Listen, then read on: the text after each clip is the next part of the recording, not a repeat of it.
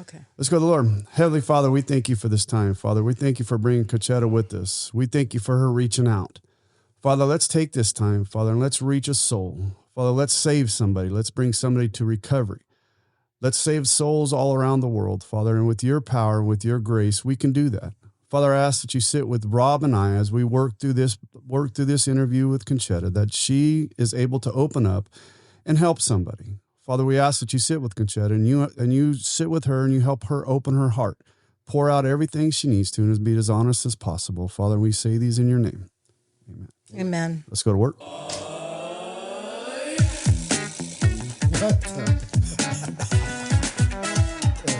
Come on, Rob. Had to mix it up, brother. Okay, I dig it. You notice I even got notes up here for us. I can't read that. You can't read that. Hi, Rob. Hi. Remember to give our email address. Oh, these are things for you to remember because people don't know how to reach us. Here. So I tried to put show notes up here so we don't forget, because every time we record, I forget. There's certain things we just can't forget. And one of them is remember to give our email. I can't even tell you last time we said, if you want to reach us, you can reach us at recoveryunfilteredpodcast@gmail.com. What is that, Rob? recoveryunfilteredpodcast@gmail.com. That's right. recoveryunfilteredpodcast@gmail.com. Well, how did this young lady reached us? She came through the email. Okay. Mm-hmm. Yeah. Well, she came through the email. Speaking of hot dogs, I see frankfurters. Well, hold on a second. So remember these guys? Oh. Is that too loud for you? No. How did they do, by the way? Did they win? So I actually just reached out. I reached out to the lead singer of this band. Harbor Drive. Harbor Drive. Harbor Drive. I reached out to him right before this to find out if there's any results yet. And he says, no, they will not get any results until Tuesday, which is like the 22nd. And this will drop on the 23rd. So we won't have any results, but we will try to have Mary put something out on our Instagram as soon as we know, because I don't know how many of our listeners voted. But I mean, we've been pushing it pretty hard. Like I said, he was a huge support for us, and I just want to give him every opportunity we can, right? He helped to get this platform up and running, and I want to make sure we do everything we can from him. You know, the other thing that I've been saying that we need to remind me of is, you know, we have a bunch of different countries that listen in and pop in, but we have one that listens to almost every episode. And I would love for this person to reach out for us because, like I said, they listen to every episode. And I'm going to try my best to pronounce this. You're going to mess this up. I can't. Can you hear me? I can't hear. Yeah, I'm completely I think I got you both turned down. Sorry. I can't work like this. You want to come and work this board? No, You're more than welcome to come over here, a-hole. So now we're loud. Frankfurt am men. Turn it down. Good okay. grief. Okay, so let's go back. We have someone in Germany. We have somebody in Germany. Frankfurt, Germany, apparently. You pronounce it. No, Frankfurt am Main. That's the place? I've heard of Frankfurt, I think Germany. That's the country. Well, for Germany's the country. Germany's the country. That's the state. Or, yeah. Hesse. Would you pronounce that? Hesse. Yeah. Okay. I don't know. I'm sure our listeners will correct us on that. Yeah, we're going to need correction on that one. But hey, that listener listens awesome. to almost every episode, and I would love to talk to them. I don't know if they're German. I don't know if they're there on the military. I don't know. Do you know if they're male or female? No idea. Well, it doesn't give me all that. recoveryunfilteredpodcast@gmail.com. There you go. Attaboy, Rob. Our German listener, please contact us. Yeah, I will let you know that he will respond very quickly. It took him literally 2 minutes to get back to me. Yeah, I do. If it comes through the email and doesn't come through the fan mail on Buzzsprout, I can respond almost instantly because I can see it. When it comes through Buzzsprout, I don't see it as well. So Mary is not sitting in with us today. She had a baby shower to attend, and I didn't want to miss the schedule with Concetta. And so I got my lovely wife sitting here doing the videos and taking the pictures. And coming up with questions. And she will have some questions, I'm sure. She will get involved. You know, the best thing about this is when we first started this podcast, she wanted nothing to do with the microphone. That's right. Nothing. I resisted for a very long time. She did. And then when I told her that Mary wasn't going to be here, would she mind sitting in? She's like, no, not at all. So now she's excited. And it's fun for her to be here. It took a year. It did. Yeah, because she was on episode 52 was her episode. And then after that, it's been real easy for her. And I appreciate you, baby. So Katie's sitting in, and then we won yesterday. Again, we're 6-1. 6-1. The only game we lost, Concetta, was the one I coached, and they won't let me live that down. It was the day of our daughter's wedding, so Larry didn't coach that day. So this is baseball. This is No. flag football. Third and fourth grade flag football. Now your grandchildren? My grandson. Yeah. Oh my God. And Rob got roped into it by a friend of ours. And so he was the assistant coach. And then our friend who volunteered to do the head coaching, he had something come up and so he asked me to do it. And I fought it, but I ended up doing it because it was my grandson. And honestly, I've had a blast. Except yesterday and about the first 4 minutes of that game yesterday. You had to make amends, which I appreciate. I did. And I literally, the old Coach Shepard from high school football came out at me real quick with those kids. They looked like they were like all still sleeping. And I'm like, what are we doing right now? Jumping jacks right now. I had to grab them and pull them to the side. I'm like, what are you guys doing? Oh my gosh. How old is this, by the way? 10 years old. 8, 9, well, Larry 1 year has old and 9, a 10. very distinctive whistle, Oh. and he just kept whistling.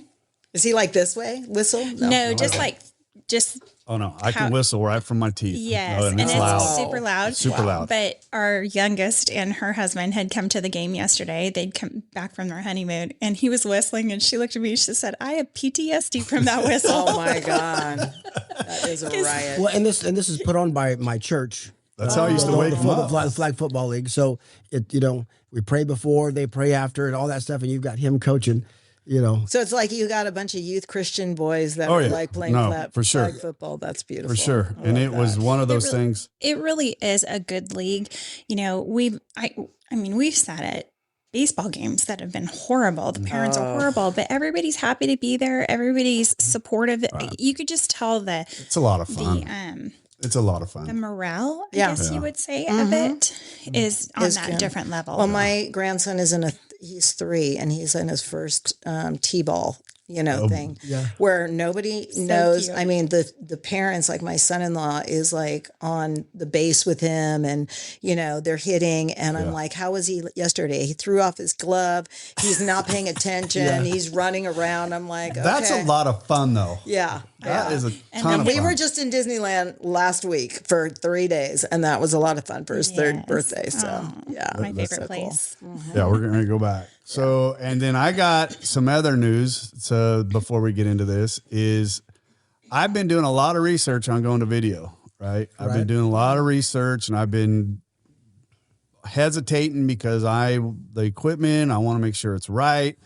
I finally found a way that we can get the video on and be very inexpensive, cheaper than what I was originally looking at, but still have high quality. So I'm thinking by the time we record, because we're going to record again in 2 weeks, by the time we record again, you and I will be video, right? Our guests will still be able to determine whether they want to be on video or not, right? I can cut that video off if they don't want to be, but you and I will be on video, right? Okay. So all your arm pumps and all that clickbait that goes on, you will have the whole world watching you, Rob. You'll be on celebrity status. I don't know about the whole world, but someone in Germany will get to see. Hesse.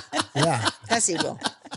Yeah. That is so funny. So funny. So, hey, you're going to have to pronounce your last name, Concetta. Bianco. Okay, then I got that wrong. Yeah. Bianco. Okay, that must be your middle name that I have. No, that was my married name. Oh. And after I divorced husband number 2, my parents were like, I think it's time that you go back to your maiden name because I don't think there's going to be any more weddings in your future. I was like, yeah, exactly. That's so funny. And your ex-husband drove you today. And my ex-husband, he didn't drive because he's a new driver. He's from Argentina. Oh, wow. And so he literally just got his driver's license maybe 5 months ago. So he's like one of those guys that get in front of you and you're like, oh, dude, no, get out of the road. So I'm like, he's like, I could drive you. And I'm like, yeah, we want to get there within a 3-hour, not a 6-hour period. He drives 50 in the number 1 lane. Oh, yeah. Yeah, because he's scared. He's 50. How old is Rodrigo? He's 53 and never had a driver's license in this country. And he's been here 20 years. So that'd be intimidating. Yeah, exactly. Yeah. So, yeah. Anyway. So anyways, tell us about yourself. I mean, let's see. So I grew up in Bakersfield, California, which is a farming country. Right. Oil and oil and agriculture is right. People I'll be there Monday. Yeah, I'm so excited. I know I want to get you my son-in-law's number. So maybe you guys I will be in touch with you when I get down there. Yeah. So yeah, I grew up, I'm one of 3 girls. My dad had the benefit of having 3 daughters. Know the feeling. I'm the middle. The feeling. I am the middle daughter. I'm the middle child, and I am that typical you're one of those. Oh yeah. Typical middle We child. have one of those. Yeah. Her name is Claire. Oh, well, maybe Claire with a C, Concetta with a C. Maybe it's the C's like that don't work for middle children. I don't know, but yeah. And I, was brought up with 2 parents that are devout Catholics and we're full Italian. So we do when you go to video, I would be like waving my hands a lot. Right. She'll fit right in with me then. Right? Yeah, exactly. And so growing up was pretty great in the sense that I always knew that I was loved. I didn't have any severe trauma. I wasn't beaten on.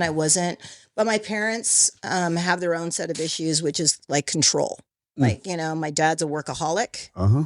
And my mom is a control freak, and everything has to be particular. She's very anal about a lot of things, and she likes the nicest things, and she wants her daughters to look, we all had matching outfits, and we all, she was that woman that would be driving us to church, very prim and proper, and I would be the daughter that would be leaning out the window, like making faces at people, and it was like always, yeah, that's the scene, right? Is like she had the 3 girls and that were always, lockstep and doing the perfect thing. And I was the one being pinched in the pew at church. I was the one that was constantly moving around. I had a lot of energy as a child.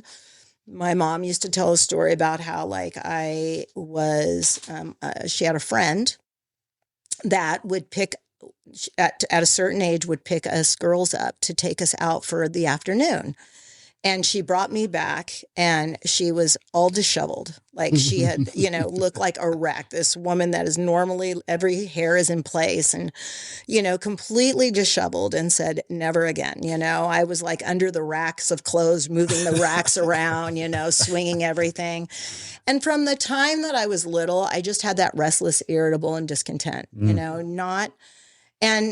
and because I had a different energy than a lot of other kids, I felt like my mom was always trying to tell me to be quiet and not be myself, and so at an early age, it was like, okay, it's not okay to be me. And then I brought that to school, and I had that same experience where I was very hyper and, wanted to be the center of attention for some reason. And I would get rejected from the girls around me or whatever. And so I had this underlying self-worth issue, like I'm not good enough being Concetta. And so that has always played in my life. And then I was an athlete, and I was horrible at school. You guys, I had a learning disability. So I had dyslexia and probably ADD, but they did not have a diagnosis for ADD. That's something new. Lasted probably 15, 20 years. Right, exactly. And so they didn't know what to do with me. So I would always be in private schools, and I would always be in like the level 3 reading group. So I couldn't comprehend what I read. I would read words.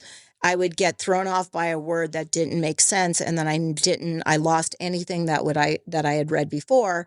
And also, the only way that I could read and comprehend anything is to read out loud, but that's not okay. My wife's the same way. Yeah, that wasn't okay and acceptable to do that. So they didn't have support for people that had learning disabilities. Instead, they just thought you were dumb. And so I also had that stigma of like, I'm all the girls that I was friends with were always in like, not accelerated classes, but they were always doing well academically. And I was the one that was getting sent home the report card, take this home to your parents and have them sign it, And so I learned at a very early age how to manipulate the system. I would either take something and change it. Like I at an early age, I learned how to lie and manipulate to be okay, And so what was brought on by that was shame. So I had shame at a really early age because, like I said, I grew up with this Catholic family, and you hear about Jesus, and I'm in CCD school, and you hear about the commandments and you hear about all these things, and I'm like, oh my God, I'm such a bad person. And so I had this underlying, I am really bad. And so what do bad kids do? They behave badly. Right. So yeah, so what was expected of you at that Right. point. Of course. Right. Of course. Like, I have so much compassion now looking back for that kid. And my grandson is kind of going through it right now. They are calling us from school saying that he's having some behavioral issues. And I'm just like, do you recognize the similarities? Yeah, I do. I absolutely do. It's, I feel like it's some anxiety of trying to fit in, not understanding exactly how to behave. And so he's pushing and he's shoving, and he's not understanding, and then he's hugging. So he's like in that confusion state. And I feel like that's how I was. Can I ask a question? Is he big? Is he a big kid? He is. Yeah. He's big for his age. That was me. Yeah. That was me. I didn't know how to act. I was just, I towered over everybody around me. He does too. I just felt like a big dummy because I was so much bigger than But when we were in school, Right. Yeah. 80s. you could do more stuff, like like the hugging and the physicality. Right. But now they shun that altogether. They do. Well, they shunned the punching in the head. Yeah. I kind of got in trouble for that a few times. Yeah. I'm just saying. No, but now I was kind of shunned back then. They do. I All tried to hug him when I picked him up, but it didn't help. I still got suspended. Well, yeah, my grandson basically knocked down the whole line of kids waiting for the online for the bathroom. Right. And he looks like he's a 5, like he can go on all the rides. Like he's over 40, the 42 inches. He can get on all the rides, but he doesn't have the brain to understand waiting in line. So he wants to not wait in line, and he gets frustrated with lines. Yep. So it's that, when you're bigger, it's hard, right? It's hard. So yeah, going back to me, so I excelled in sports, and, where the girls didn't really like sports. I wasn't the one that was playing with the dolls. I was the one that wanted to play with the balls.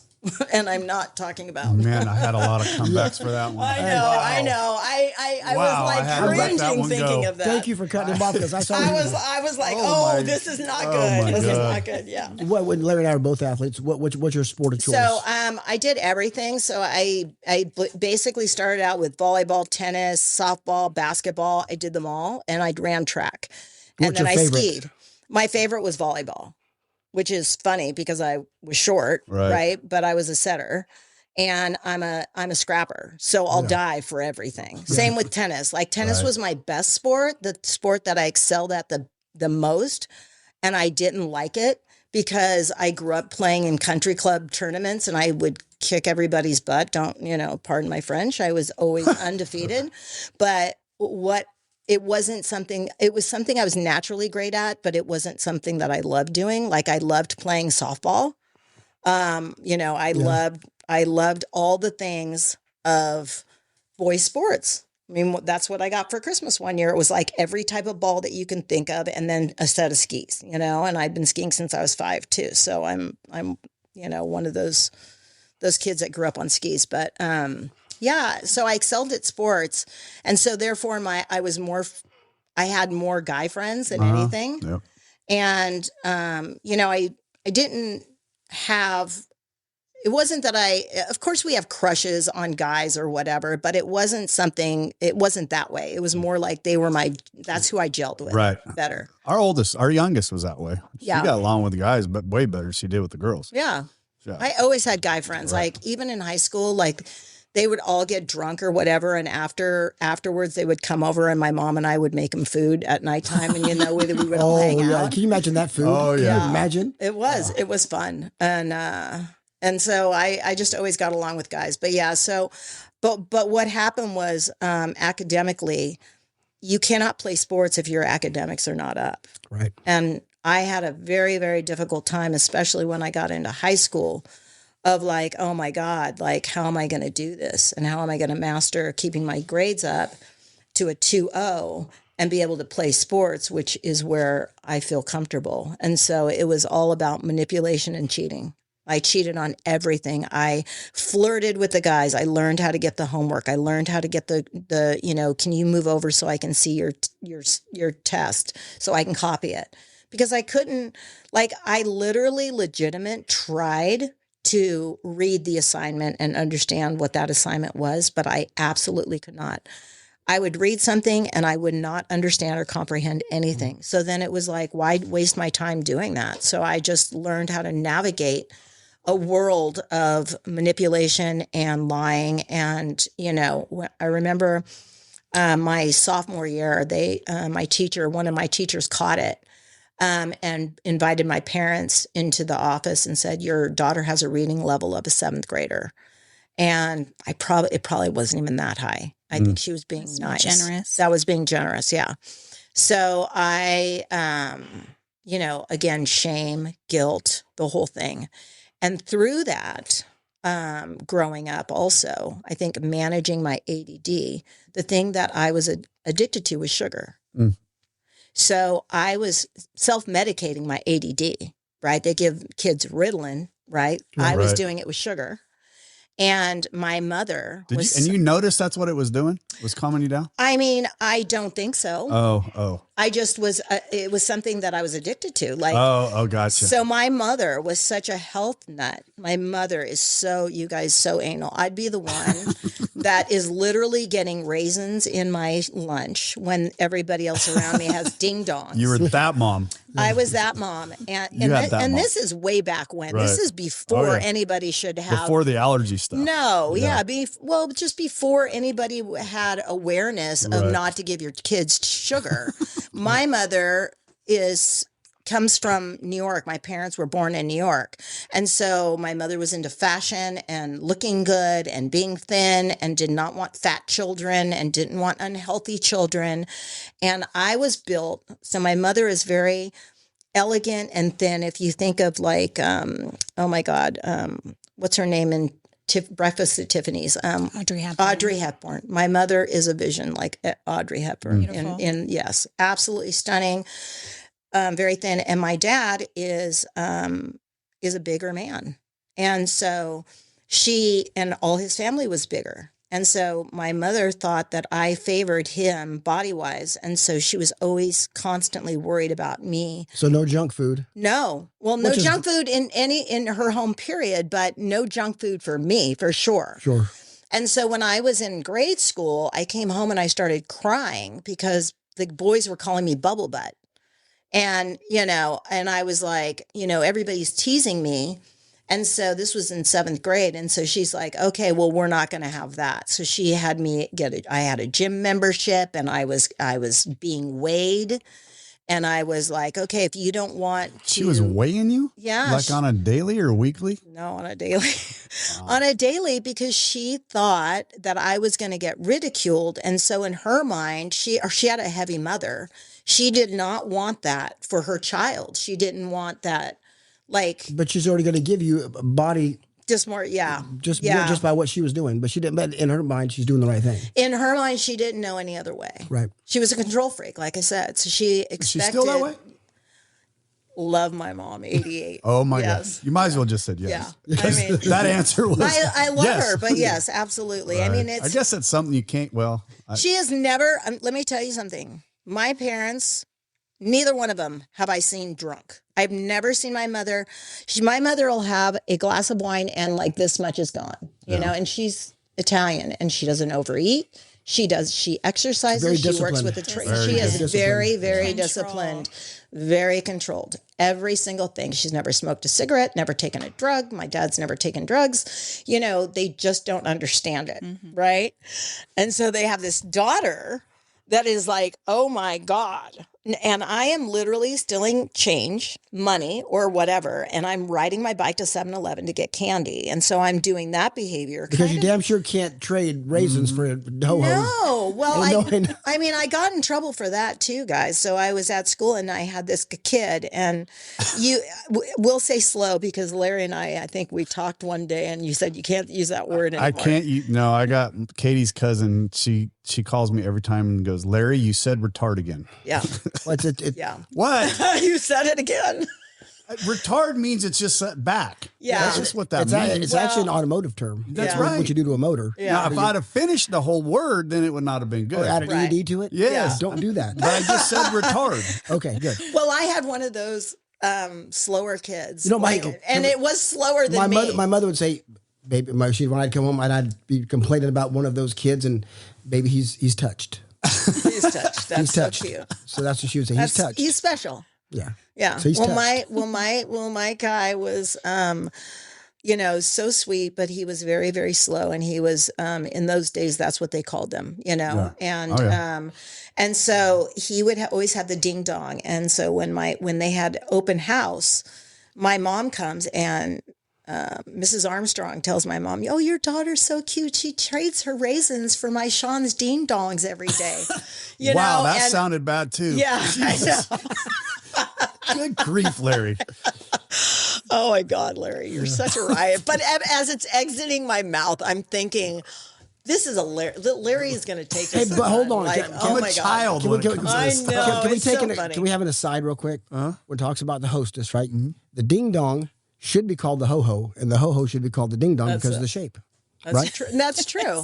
Come on, go ahead. Now we're back. So you're trading Do you raisins. lay in bed and think of shit like that? I've always thought that as a kid. So I am something that's been weighing on his mind for 40 years. Larry. So I was like always getting in trouble for stuff like that. What did your mom say to that? My mom was furious, of course, with me. I was always getting into trouble. Always. I mean, I remember that I was walking around the classroom one time and I had to pick up all the papers about the tests. And I took one of my good friend's tests who got an A, like I knew all the answers were right. And I crossed her name out, put my name on the test, put her name on the other one. And of course, like that's going to get found. Of course, Caroline Floor that has straight A's isn't all of a sudden getting F's and you're getting an A. Right. But to me, that made perfectly good sense of what to do. Insanity, right? And I had that in sixth grade, you guys. So so then when I went to high school and my teacher, going back to that story, called my parents in and told them about my reading disability. Then they were like, oh my gosh, they never, I will say this, as controlled as my parents were and like, really strove for you to be in excellence. They didn't really worry about my academics as much because they knew I wasn't an academic. Like my older sister, Dominique, she was absolutely brilliant. Always got A's, was that meek, quiet child, in ballet, that was very, she was just like, she always did what she was supposed to do. Were you mean to her? She was mean to me. Okay. She was mean to me. What is she bullied me. She bullied me because we were 5 years younger. Okay, I was going to ask what the age difference is. So there's 4.5, sometimes 5 years, depending on what time of year it is. And with my younger sister, there's 7 years. So we all were almost like only children. Yeah. Really? Yeah. Yes. That's what my daughters are. Yeah. Yeah. So we were almost like we were only children. So when my sister used to have absolutely, I was that bratty kid that wanted to do everything with her. Right? I wanted to be with her. I wanted Sounds to wear. Familiar. We're in the same. We went to a private school that was kindergarten through 8th grade. Mm-hmm. So you can imagine she's 5 years older, right? And I want to wear the matching outfits. So I go to my mom, and my sister is absolutely. I don't want to wear the matching dresses. I don't, because she's probably getting teased, right, from her people. And I'm like, and my sister was like that kid that just. Anything that she did, she felt I was a thorn in her side. Like I would go to my mom and go, "Mom, can we have, poached eggs today?" Because I knew she hated the eggs, But she was beating me the day before. So I'm like, okay. That's your way to get back. Oh, my God. I'm like, can we have those? And my mother would make my sister sit there until the runny egg was in her mouth and like down. And then she would get spanking on the way to the bus because she'd be late, type of thing. So then I would get beat more. I'd be put in a corner and like punched on until she went away to college and I turned around and I was running from her and I'm now in high school and she's in college and I turned around, planted and socked her right in the face, knocked her down. And that was the end of that. That was the end of that. Yeah. That never happened again. So I was like, what the hell am I running for? Yeah. So anyway, yeah. So when I was in that high school, I literally cheated on everything that I could find just so I could play sports. Like I didn't matter. And I don't even know how I graduated, but I did graduate. And in my junior year, I started to, a friend of mine had an eating disorder and was anorexic. And so I was an eater. I liked to eat. I was kind of gaining weight, especially with hiding the sugar that I was hiding. And every time I would gain weight, my mother would ground me. And so she would take my car away and you have to ride your bike to school. And so there was this whole thing of like, if I was thinner, I would get more things. So the reward was that I'm not lovable at the weight I'm at, that there is a transactional with weight, with love. Like I'm not okay if I won't be loved if I don't look like this. That was the story that I made up. Of course, that's not what she was saying, but that's what I felt. And so there was constant fighting with my mom and my dad. Like my mother was like, I don't want her to be, she would cry in the room at night and I would come by her room and I remember hearing her cry. And so I would get in my room and I would like run all night long and get on the scale and make sure that I was going to hit the number that I needed to hit in the morning for her, And so I had all this anxiety and stress. And so, which we know now through the cortisol in your fat, which is the fat hormone, all that stress was just fighting against you as well as. Oh, I mean, she sometimes would, it happened on occasion where she would be in her car and I would be running outside, and it was a punishment. And she didn't know, like she was so confused on what to do because every time she would put some support my way to help me with my weight stuff, I would be the person that was going and stealing candy or, sabotaging it, and she just did not know what to do. Right. And it was wigging her out. And so that would wig my dad out and my dad and her would constantly fight, and so then I was that person that was causing them to fight. And so the story that I created was that I am such a problem. You can't do anything right. No. Nowhere. No. I felt horrible inside. I felt horrible for the confusion that I was creating. I felt horrible for the discord that I was creating. My older sister, there was always fighting around me and she hated it. And my younger sister was kind of hiding, because she was so young. She didn't want to be like, she was a hider, she was like the lost child. Oh yeah. And so, that just kept going on. And then when I got into high school and this girl told me that I found out that she was throwing up her food and she was a anorexic and bulimic.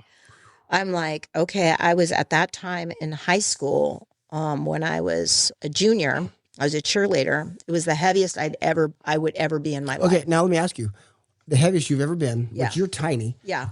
What weight are we, just for the listeners, what kind of weight are we talking? How much did you weigh? 120? I weighed 135. Oh, mercy. So tiny. I'm 5'2", but that was a lot. I got you. For a high school kid, for a high school girl. You and Rob are about the same height. Yeah. Very funny. That's not true. Rob, that's not true. I think you're probably 5'8". 7. Okay, well, see. With heels on. Oh my God. With my boots on, I think I'm 5'7.5" with my cowboy boots on. I There might you be go. touching the sky. Yeah. Might want to always wear those. Maybe when you go to Disneyland, you might get yourself some lifts so you can get on the ride. So you can get on the big boy rides. Oh my goodness. Katie, I'm getting it from everywhere. This is bullshit. So anyway, going back to the drama. I'm glad we can laugh. So you're a junior? So I'm junior. Okay, yeah. so let me guess. We're talking 82, 83. Yeah. Well, I graduated in 82. Okay. So this is more like 81. Oh, 81. So going into my senior year, I was playing volleyball, tennis, softball, and basketball all at the same time. And I didn't play, I wasn't scheduled to play tennis, but my tennis coach came to me and we were building out our tennis team at Garces, as the Catholic school that I went to. And she asked me, she said, "Hey, we need you. Can you come and play?" She goes, "You don't have to come to any of the practices. We just need you at the meets. And this is for the school." And I was like, "Okay, if you can square it away with my softball coach," who absolutely hated my mother. Absolutely. Your softball coach did. My softball coach was so jealous of my mother. I don't know why she was, but she hated my mother. We had money. My mother came, dressed to the tilt, Did they go to school together or something? Or were they the same age? Or just... No, my mother comes from New York, but people did not like my mother. She just was very prim and proper. And she didn't like her. But for whatever reason, she took it out on me. Oh, yeah. So. But yet she needed something from you. But she needed something from me. So I was still on the softball team, but she wouldn't let me hit. Like she would say, you can't hit because you haven't, you're the practices. So I wouldn't be at either practice because the meets were the opposite days. So on Tuesdays and Thursdays, I'd have tennis matches and that was my softball practice. And on Fridays and Mondays or whatever. So, so I was like, I'm doing something for the school that, they asked for, but yet you're punishing me, for it. So anyway, that's kind of what my schedule looked like as far as my athleticism. Wow. And where I shined was I never lost a match my entire 4 years of playing. Actually, I did play for 4 years at Garza's tennis. And I ended up quitting softball just because it just wasn't, because she was just being such a cow to me. It was awful. Yeah. I mean, literally. And I was just like so devastated in how she was treating me. But anyway, we ended up going to the state championships. And I had one of the other girls was also she grew up a family friend of ours and she played on Wimbledon. So that's how we were stacked. Like no one was going to mess with us. We were completely undefeated and we did so well. And, it was really the time of my life where my dad and my relationship was so, even though it was so hard because I was acting out, I was acting out. I'm going to kind of go back. I know I'm kind of jumping all over the place and I feel bad. My freshman year, I was taken out by the senior girls. And before I enter my freshman year, I'm 14. My sister is 5 years older than I was. She was in college. Her college friends come over and they're all drinking, right? And so I was always that kid that would go, oh my God, how many beers is that or whatever? And the guy would go, oh, it's 4 or 5. And I would go, never drank before in my life. Oh, that's ridiculous. I bet you I could drink you under the table. Like I was always and hadn't had a drink. Never had a drink. Right. I would just be that annoying kid, And so at least you recognize that. Yeah, of course I do. I was always challenging and competitive. I'm very competitive. Right. And so my mom thought I would never want to drink. And so she said, oh, really? Do you want to try that? Which is so weird. Hear my mom. Yes, it sounds odd. It's very odd. Right. But she thought I would teach you a lesson. She thought I would get sick. Yep. Never drink again. The whole cigarette thing, make them smoke the whole pack. Exactly. Right. Never get. And that. And my sister, by the way, had put a cigarette in my mouth when I was at 10 because I caught her smoking. So I was already smoking at that point. So yeah. It was the 80s. Yeah. I mean, it's like she's in the bathroom smoking and I walk in and she shoves a cigarette in my mouth so I won't tell my parents, right? It's like, so now we're smoking buddies together. And it was the only time that she ever liked me, so I'm like, okay, we're smoking together. I want to be like my sister. But yeah, so how did the drinking go? So the drinking ended up, I don't get sick. So just letting you know, I have like an iron stomach and I do not get sick, but I will pee myself. So I ended up drinking it comes out one way. It does. I ended up drinking the whole 6-pack or whatever and got drunk and then started crying and passed out and peed myself. And my dad gets home from work and wants to know what the hell's the matter with me. My mom, and he's like, are you kidding me? What is going on? So my mom explains the reasoning behind it. I'm hoping she'll never touch it again. Right. And then a few weeks later, I go into my freshman year and the senior girls are taking the freshman girls out for before the first school dance. My dad is the president of the school board. Outstanding. And Concetta decides they take us to a liquor store and I buy a bottle of cherry sloe gin and a bottle of Southern Comfort. Southern Comfort. Honey. No. Ow. And I'm like, and here is my bravado again. And I don't even know if this is going to get me drunk. This is how I talk to these girls, right? And what do? I drink 3/4 of the cherry sloe gin, just Terrible. Yeah. And I end up literally on the top of the bleachers because the school dance is in the gym. like hitting all my head down the bleachers, like, and passing out on the floor. And one of the teachers who was really liked me was trying to sneak me out of the dance before I got caught by the dean. Didn't work out. So I got in trouble and I got suspended. I got thrown off the cheerleading squad and I got, suspended for my first time drinking ever. Right. As a freshman. As a freshman. And you would think that that would be enough of a consequence, enough embarrassing, right? Because every single student was like watching my dad come pick me up from the dance, putting me in the car, and then my elbow would open the car door and I would flop out, and he would shove me back in. And I remember waking up that next morning and I was like, oh my God. And my mom's like, oh, are you happy? I hope you're happy. And I'm like, what is happening? And she goes, oh, you see all that hair on your pillow? That was your dad ripping your hair out of your head last night. Oh, boy. I know. I was like, oh, my goodness. And so I was like, and she's like, and you are going to get dressed because we are driving to Corcoran to go watch your team that you're supposed to be on that you've got suspended from go play basketball. And so it was in the car, like, oh my God, feeling so sick or whatever. And like I said, a normal person would have that kind of a consequence. Right.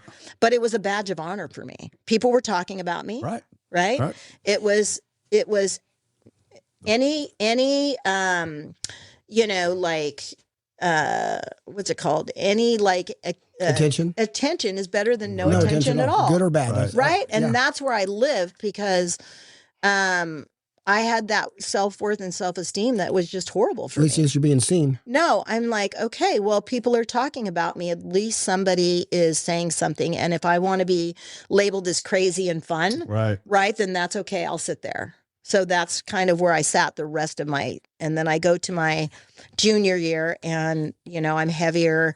I just lost a boyfriend. I always had boyfriends, they would always cheat on me in high school. Lost my virginity when I was 15 with a boy that my mother never I mean, I hope she never hears this, by the way, because how sad. I'm 61. I'm 61 years old, and I don't want my mommy to hear that I lost my virginity at almost 15 years old. I think it was 15 years old, with my boyfriend. Which again, at that time, there was so much shame locked in, as a girl, because your mother tells you, like I said, my mother and father got married. She was 19 and she had never been with any other man. She was a virgin when she got married and she expected her daughters to live that same way.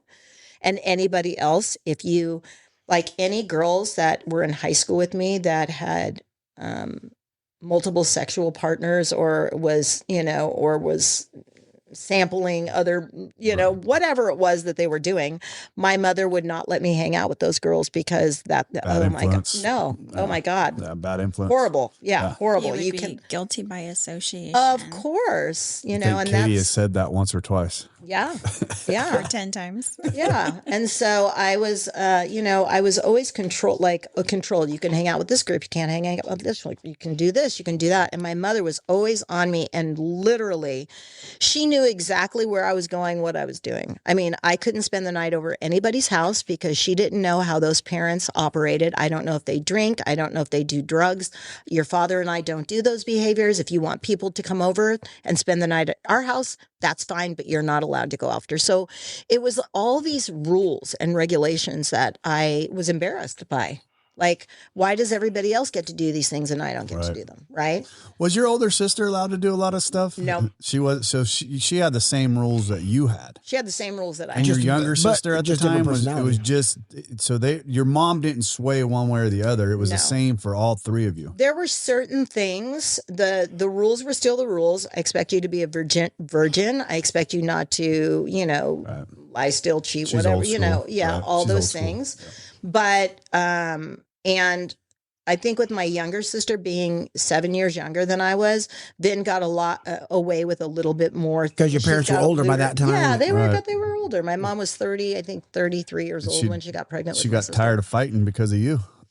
Well, I was exhausting. Right. Yeah, I was exhausting. Right. I was constantly exhausting. There was always things. I was always getting in trouble. And even though I got away with a lot, like I did, there was so much there that I was always still getting caught doing something. Like, perfect example. My mom grounds me because of my weight. Can't go, I have to ride my bike to school. This is my sophomore year.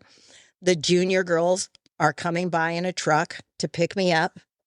I mean, that are driving by, they're ditching school that day. Okay.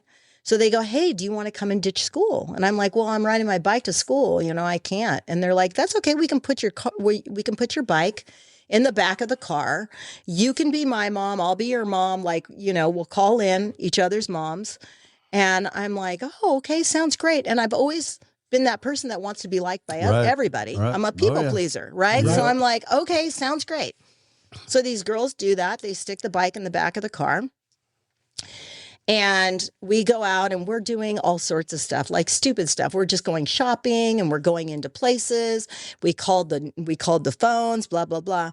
The next scene is I said, okay, well, drop me by the school and I'll ride my bike home from school so I can say I actually rode home from school, right? So I kind of want to be like a little honest there. Yeah.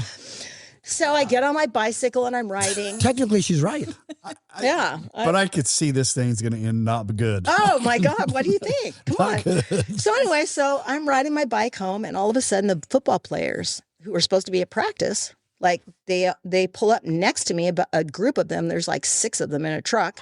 And they're like, oh my God, Concetta, what is going on? And I'm like, what are you talking about? And they're like, do you know that school, they thought you've been kidnapped?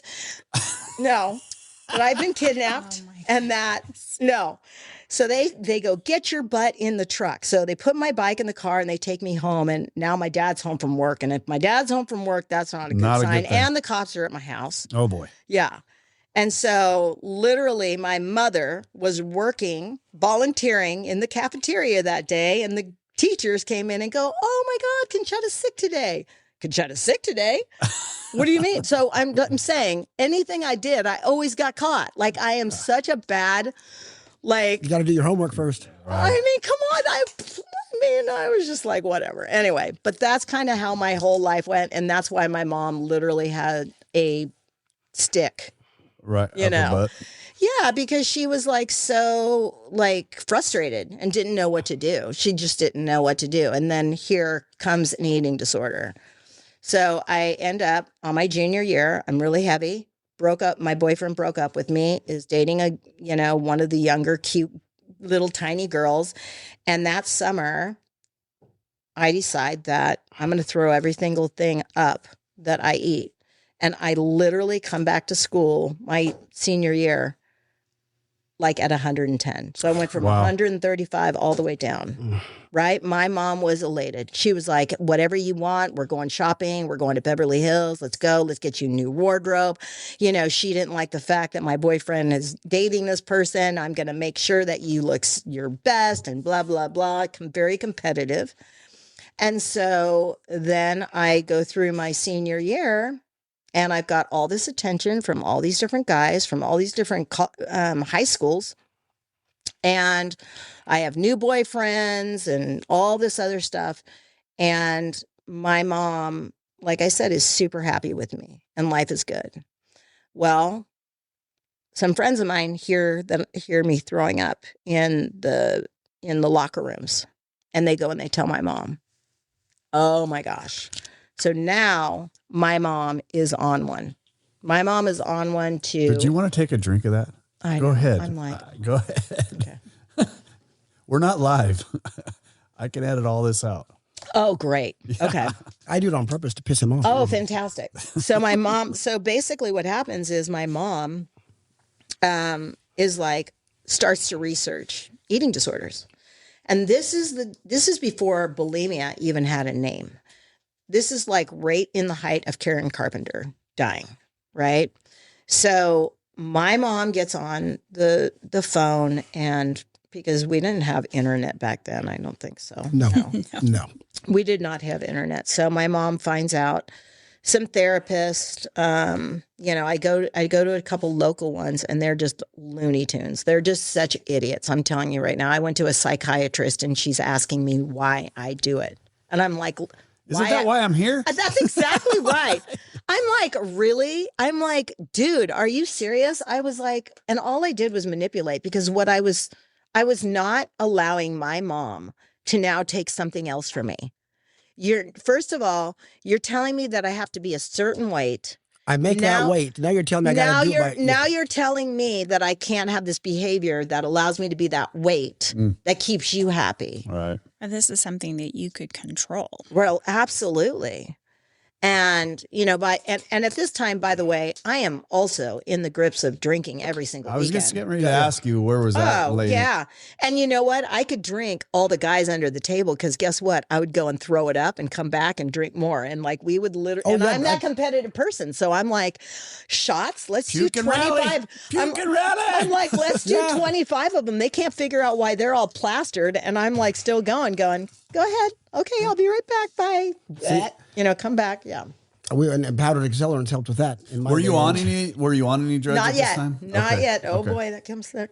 Oh, I want to see how she she calls them. You had to level up your game. Oh no, I'm not the cat. What did she call them? The dry goods. Dry goods. Yeah, the dry goods. No, that was very creative. I think that's a younger mind that comes up with some of that stuff. Yeah, I call them powdered accelerants. That's true. I just called it cocaine. Yeah. See, I didn't do much cocaine. Cocaine was so good. Yeah. Anyway, but that's so my girl. Fits right into my eating disorder. Come on, man. Don't have to eat. Awesome. Yeah. Anyway, and you could function. Exactly. Oh my God. Mom probably should have kept a good supply of that around for you. I mean, my goodness, no, my mother. If she only knew. Yes, if she did. But no, so she basically gets online and finds UCLA has a eating disorder group on Thursday afternoons.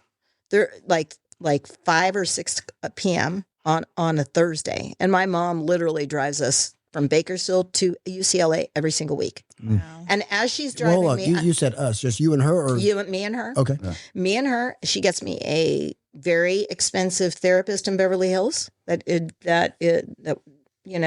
specializes in eating disorders as much as they could in those days. Right. Because this was 81 or 82, and so it was like, what are we going to do with Concetta? This is what we're going to do. And my mother would literally pull up to UCLA like with a half an hour to spare. And she's like, I'm going to go park and I'll be in there in a bit, you know. And I would run over to Mrs. Phil's Cookies and I would literally buy like 10 cookies or whatever. And I would be stuffing them in my face and drinking a bunch of water and throwing them up and like, you know, and then going and rallying, you know, and that's how I lived my life. Wow. Like she had no idea, you're not going to do this shit to me. You know what I mean? You're not going to take away my coping mechanism. Like this is how I'm coping with all the self-worth, self-esteem, shame, you know, all of it. Mm-hmm. And I'm building more shame within it because now I'm lying, you know, and my mom's, you know, what felt like it was just like, I cannot stand you, lady. Why do you hate me so much that you're doing this shit to me? Never did I have the emotional maturity to understand that she loved me so much. Right. But there was so much friction between the two of us because I was always doing something that she was constantly having to navigate and try to go behind my back. You know what I mean? It was like just like constantly heightened senses all the time, causing so many problems with my dad and her because he's like, leave her alone. So you and your dad's relationship is super tight. My dad's and my relationship was super tight in the way that he was overweight. He smoked. He didn't drink. He was a workaholic. He made a lot of money, right? What? He had 3 girls, and I was the most like him. Mm-hmm. So I was his favorite, even though he could never say I was his favorite. Right. I was the jock. Understood you, though. Well, yeah, I was the athlete. You know, I was the son he never had. Right. Right. True. No, right. Yeah, seriously. And so there was so much of like the pieces of him that he didn't like about himself, he didn't like seeing in me. But he absolutely, I was like the apple of his eye in the way that he would brag about me with my sports. He would talk to his friends about my sports. All his friends loved me thought Wow. I was so fun, you know?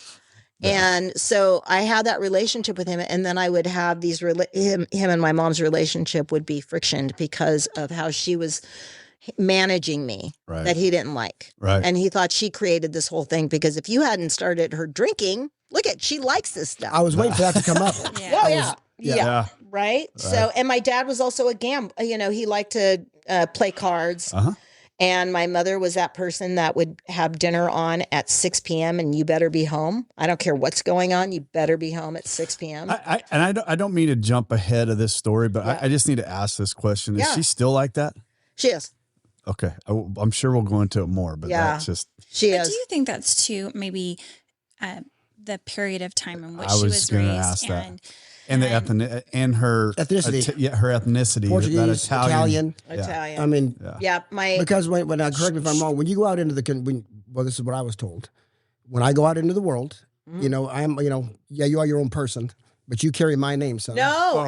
You carry my name, son. No, you are a Bianco. When you walk outside of this house, they would tell me that all the time. Yes. Right. And I'm like, really? Okay, watch. I'm going to embarrass the shit out of you because that's my rebellion. Don't bring any shame to the family. No. That is my rebellion side. I have this rebellious side of me. I don't know why. I just always have. And I don't like being told. I mean, I think all of us can sit. We don't like being told what to do. Right? I don't mind being told what to do as long as it makes sense. That's always been my problem. If you tell me what to do and I can logically say, okay, that makes sense, right? But when you tell me what to do and I don't see a reason or the outcome of it, I'm going to fight that. Right? Yeah, I think that's me. I think telling me what to do because you're trying to, it feels controlling. That's something different. Like, I think it's authority that we also buck against. Just authority, like, you know. Yeah. Like they know everybody's in a power of authority knows better than me. Once again, I never had a problem with authority if what they're saying makes sense. And I can logically look at it in my eyes, right? If they say, don't touch that hot flame because it's going to burn you. It's going to burn you. I'm still going to do it because I want to know. No. If somebody tells me don't touch it because it's going to cause scars and it's going to be long lasting. But if somebody says, don't touch that hot flame, well, why? Because I told you. Well, fuck you. I'm touching it. Because I said so. Right? That's mean. Right? If you explain to me why not to do it and it makes sense, okay, then I won't do it. But if you say, because I said so, no, F you, I'm going to touch it anyway. Well, my parents were like, because I said so in that way. I would have had a hard time with. Yeah. My mother, like I said, we would be at church and I would be the one that was like, like turned around in the pew and she was be pinching me or, My grandma used to do that to me. She would literally give us a look. My mother could give us a look and that meant you better stop exactly what you're doing right now because I'm telling you, you're going to get the wooden spoon at home. And I would get the wooden spoon, and we would get the wooden spoon. And I was the kid. So my sister was the kid. Dominique was the kid that basically would argue with my mom.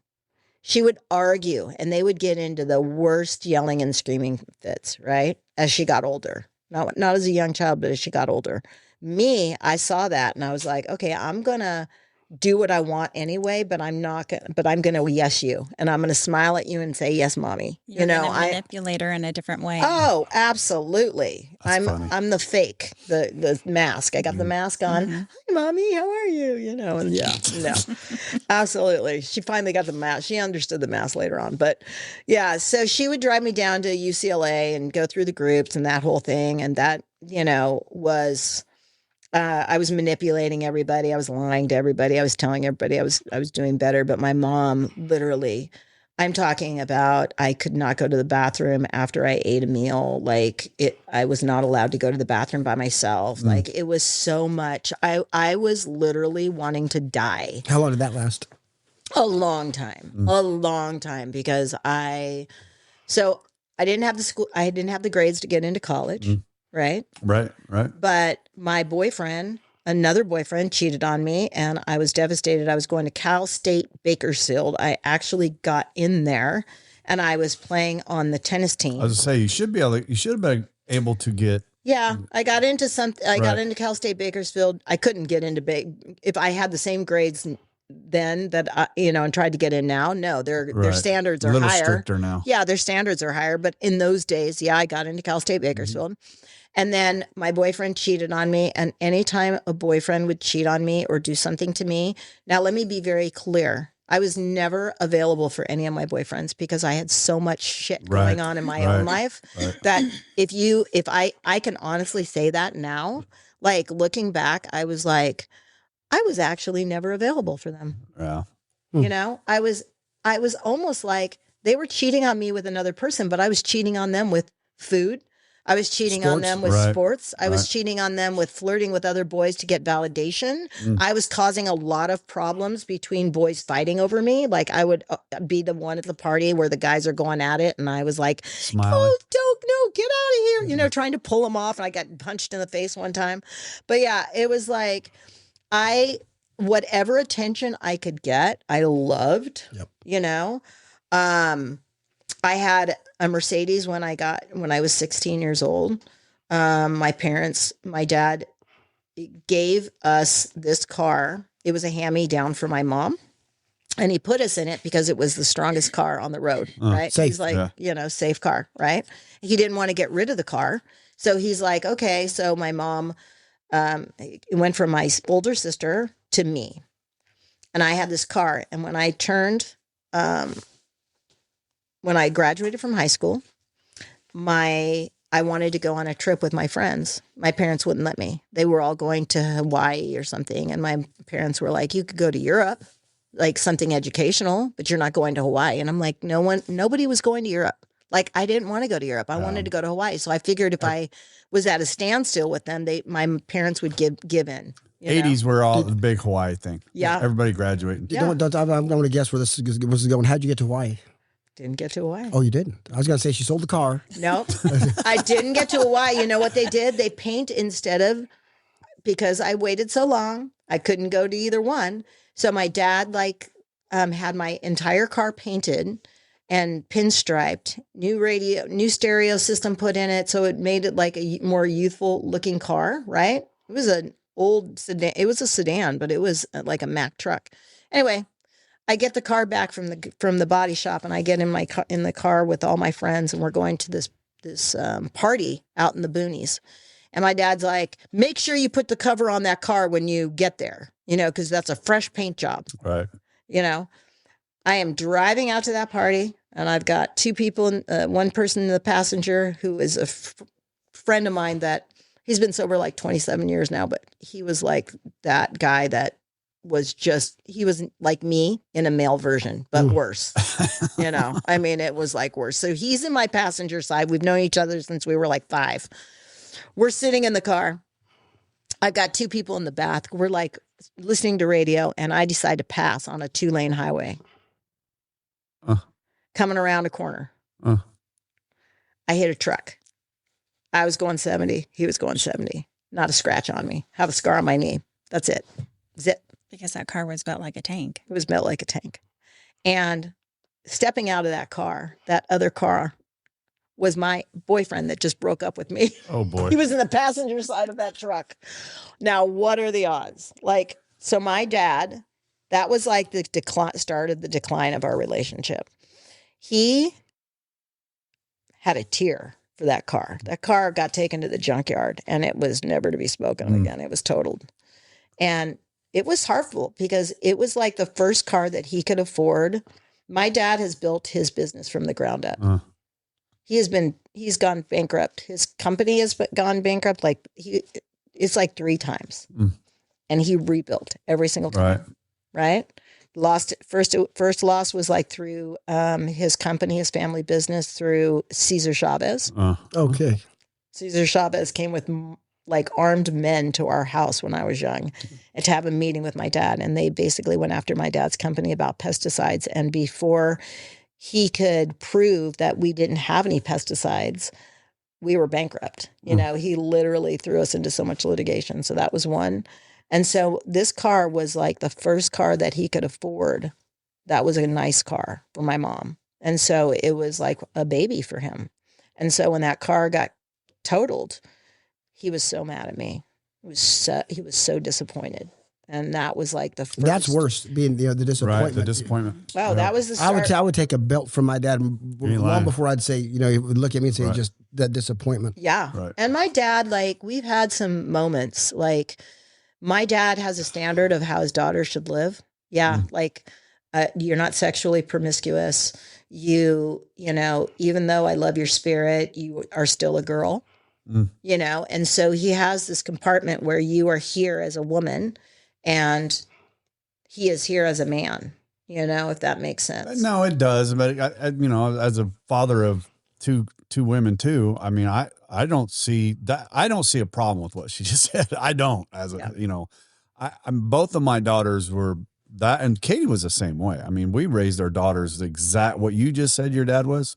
That was us. Yeah. Right. That's what we strive for. Right. Right. And I mean, that's, to me as a father of two daughters, that's, well, you explained exactly what I would expect. He wanted ladies. Right. You know, he expected to have ladies. His wife was a lady. She never embarrassed him. She didn't swear. She wasn't that woman at the parties that people were, you know, having fun with and talking about, but not, you know, that wasn't his wife. Nope. And that's the old Italian, you know. Well, you cannot be a bad reflection on this family. No, exactly. And let me be the bad reflection. Well, yeah, exactly. My dad was a cusser. My dad was, you know, absolutely. He was the card guy. You know, he was the dude. Right. And he was the Italian man. Right. No, okay. I mean, but, and they're both, and I'm full Italian. So they both have those traditions. And my parents have been in each other's lives. They've known each other since my mother was 5 years old. My grandparents were best friends. And so there's a lot of cultural, like when my parents have been married 67 years, 68 years.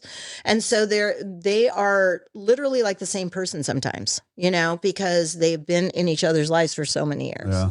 And my aunts and uncles too. My mother had a brother sister that married my dad's brother and sister. My mom and dad got married. You had a lot of double cousins. Double. I had those. I had the same thing for Frankie and Edie. And where they look like your brothers and sisters because you have the same grandparents. Identical. Yeah.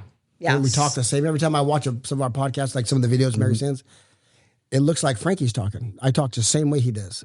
Same sound. Our mouth moves like holy crap. Are you Italian? Portuguese. Oh, okay. It's very similar. Yeah. Hands. Exactly. Anger. Yeah. Anger. Exactly. I try to get Rob mad, but I can't get him mad. Not anymore. No. Yeah. I bet before he got sober, he was not. It would take, I was the black sheep because, you know, Portuguese and Italians, they'll get mad right now and they're on fire. 5 minutes later, like, what's wrong? They're kissing. What's the problem? We're kissing. I'm not like that. I'm more of a slow burn. So I'd stay burning for a while. And once I get to that point, I don't calm. I break shit and throw shit, and it's not good. Yeah, somebody from, I forget who it was. It was like a neighbor kid that basically said, "You come from the most yellingest family," like because but they're not. We're not yelling. We're talking loud. We're passionate. Right. They're not We're yelling. waving our hands and we're passionate. Right. Yeah. That definitely. A lot of my girlfriends said that. Why do they're not yelling. They that's how they talk. Yeah. By the way, I got in a lot of trouble with my mom. So every Sunday we have Sunday dinner at my mom's house. We all go to church. And then we meet at 1:00 in the afternoon and we have this big Italian meal that we cook, right? And Still? Okay. Oh yeah. I love food. I'm coming down. Well, let me tell you, it's delicious. But I was over there cooking yesterday and my mother's like, "So is this going to be like an every Sunday thing?" Because she knows that I want to do like the podcast thing. And I said, no. This is just when these guys are available because they have jobs, they work. And this is when I can do it. Well, I'm just not really, we're not young, Concetta. And there's going to be, it's that guilt, that Italian guilt. There's going to be a time where you're not going to have us anymore. Oh my God. Yeah, that's exactly what she said. Yeah. We're not getting any younger here. And there's only so many times that we can get together. And your mom's got to be in her 80s. My mother is 88. Okay. She turns 88. She's a Scorpio, and she's a true Scorpio. 88 on the 29th, and my dad is 91. Wow. How healthy is he? He drives to Reeler Ridge from the Bakersfield Country Club every single day. We are scared shitless because we're like, what the fuck? And sorry, swear job. I'm like, why would anybody give these two people... They gave him licenses for 5 more years this last year. I'm like, what is going on? Have you seen the license we give to some of these CDLs? Oh no, exactly. What about the guy that was just Right. like in the truck driving Right, and just right. Horrible. yeah, exactly. So yeah, so they have they still drive and my mother has my dad working with a trainer every other day, and she goes to the gym every other day, and yeah, all their friends are dying off and they're the oldest ones, but my mom will be on the dance floor with 8-inch heels like Yeah, buddy. at a wedding, and you're just like dancing with all the young kids, and you're just like, oh mom, yeah. She's For her, alive. though. Good for her. Yeah, No, absolutely. she's like so funny. I mean, but yeah, she's all right. But anyways, I can't remember where we were at this point. It's you. So you were in college. You're So going to Cal okay, State so I'm Bakersfield. going to Cal State Bakersfield. Thank you for bringing me in. So Cal State Bakersfield, I'm on the tennis team, and this boyfriend decides to cheat on me, and I'm devastated. And by the way, I've already at this time tried to kill myself one time. So I literally pills. Yeah, pills. Okay. Yeah, aspirin. It was more attention getting. Right. I was like, But just because so of like distraught. what you were going through. Everything. Right. I mean, God, if you think about where I started as an adolescent, as a child, that I told you, from swinging the things, and having a lot of fun, but having behavioral issues all the way up to where I was, in high school, that's a lot, for a kid. So, and, people will go, oh, well, it's all self-inflicted, like you were doing these things. But I was... You were trying to self-medicate in multiple ways, between sugar and then alcohol and potentially pills or whatever else. Whatever would make you feel a little bit normal. Well, yeah. I mean, I was trying... Every time I would try to do something to make myself feel better, my mother would say that's not an adequate thing to do. That's not okay. No, you can't do that. Like, well, can I do this? No, you can't do that. So it's like constantly. It's a battle because I want you here, but I care about how you get there. To us as young, the ends justify the means. I want to be bulimic because I can make the weight. Why should that be a problem? Right.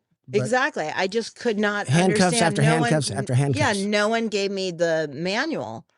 And I was struggling with self-worth and self-esteem and body dysmorphia, and not understanding why someone, wouldn't love me. I just wanted to be loved. Like, for who I am. Kind of. Yeah. And it But was see, just never okay. and the difference between guilt and shame. Guilt is, I did bad. Yep. Shame is I am bad. Right. Yep. And once you get there, then I'm just broken. Okay, then I might as well. That's what I mean. Go all the way. Might as well go. I'll have fun. If I'm going to hell, I'm going to enjoy the ride. Right. It was like gasoline for me. So I had tried to kill myself, and of course that was like ridiculous. It was a fight with my mom, and it was. I'll show you. Yeah, it was. Really one of cry those for help. Yeah, exactly. And all that did was make her more angry, and not get me what I wanted. Like, I was trying to call attention to, you're not making me feel loved and cared for. And so then when I'm at Cal State Bakersfield, like, the boyfriend breaks up with me. I'm heartbroken, cheated on me again, embarrassment. And so my mom is that mom, and my first boyfriend that cheated on me, that broke my heart, he got a scholarship playing for San Diego State for football. And he was a really good football. He was a lineman, and so I call my mom's like, call San Diego State and see when their registration. This is the winter, and they're like, oh, the registration, last day of registration is tomorrow. My mom packed us up. She gets us to San Diego State. The transcripts hadn't even gone. She didn't know that I did not have the grades because I wasn't getting good grades at Cal State. That question. No, she had no idea.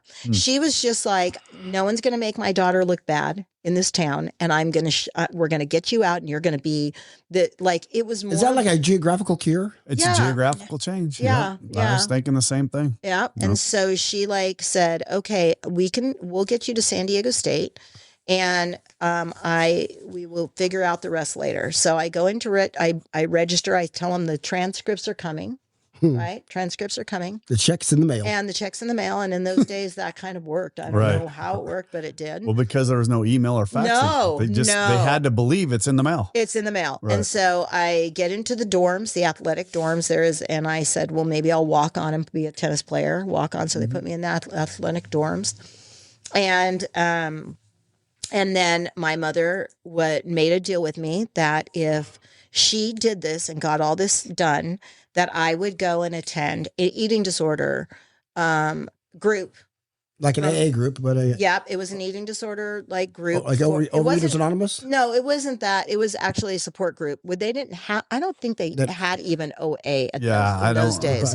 I think that was in '82. I think that was before. I think you were right when you talked about Karen Carpenter. I don't think at this time in the '80s that's not something. It was just. They didn't have a word for bulimia. They did not have a term. When I was at UCLA in that support group, they would literally be doctors and students that would sit around with notepads and they would watch us and how we behaved and they would be sitting there. It was not like they would just watch us talk and they would take notes. Like there was nothing that no really, literature at all. No, they didn't understand. They were writing the future literature. Yes, exactly. Yeah. That's exactly what it was. So I didn't get anything out of it, obviously. So what did you find in San Diego? In San Diego, there was a guy named Dr. Chaffetz, and he wrote more articles on eating disorders than anything that was out there. My mom knew that. And so she got me connected with him and said, if you go and see him and as part of his groups, then you could be down here at San Diego State. Because I was like, hey, San Diego is a distance 4 away. hours away. Yeah, buddy. Right. 4 hours, man. That's not like she can come over. Freedom. Yeah.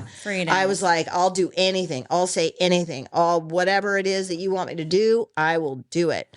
And so that's what I did. And so now I am got the freedom that I wanted to do, to drink like I could drink. And I was that person that was at every fraternity party. I was like, I was busy. Open ticket. I was so busy. I was like all over the place. I was in the dorms. I was the party girl in the dorms. I mean, my mom and sister came to visit me and people are like, Concetta.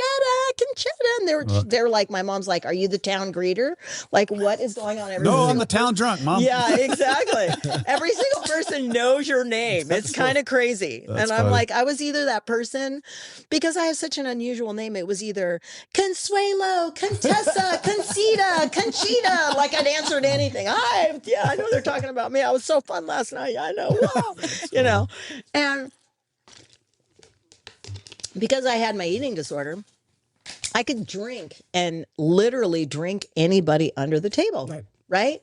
And I could maintain where I wouldn't get too messed up. I would be pretty messed up, you guys, because I was drinking a lot and a lot was going in because I was very thirsty. I mean, I'm telling you. I mean, if there was a half a keg for me, I could have taken that half a keg down. It's just, that's how I drank. And so, and then we would be going to Mexico and getting alcohol from Mexico. And my dad would say, you're not to drive I had a convertible Rabbit when those were in, Jetta. Oh yeah, a Jetta. Yep. Mm-hmm. So it wasn't a Jetta, it was a Rabbit. Rabbit. It was a Rabbit. Cabriolet. Yeah. No, that was my second one. So it was the Rabbit first, and then the Cabriolet was the second one. Then the Jetta. And I would literally, you guys, I would drunk drive so bad. Forgot about the Rabbits. Yeah. I would drunk drive so bad that, and I was going between not only San Diego State, but USD. So I would have friends that were at USD. And so I would go and I would drive to bars. And I had because my sister was 5 years older than I always had a fake ID. Yeah. So I was in bars and I was doing all the thing. I was never not drinking. I'm telling you. Did you ever go to class? No. No, I mean, I did. I went to class, but I never could do the work. Right. So the transcripts finally come to catch up, okay? Not the no transcripts saying I don't get in. Right. So instead of like packing up my bags and going home because my mom didn't want that shame, right, she took me to the extended studies office. And in those days, you could register as an extended study student, not be enrolled through the university, but through the extended studies. It was $50 a unit, $50 a unit. Back then. Wow. And so a 3-unit class or a 4-unit class, now I have to have a full caseload. Yeah. My parents were paying a fortune for me to go and be a regular student. And I never, ever, ever got 1 unit. Like I never got, I never completed no, anything. 6 years, never. You were there won. for 6 years. Never won. Wow. I was such a manipulator, and I was such a train wreck that I was like, I've got to keep this party going. And I did whatever it was. I manipulated however it was. I literally was I was a little sister to 2 different fraternity houses. Different times, not the same time. But and they were wondering, like, how are you always drunk? Like, how are you always partying? Aren't you going to school? I'm like, yeah, my grades are great. Never, always lying to everyone.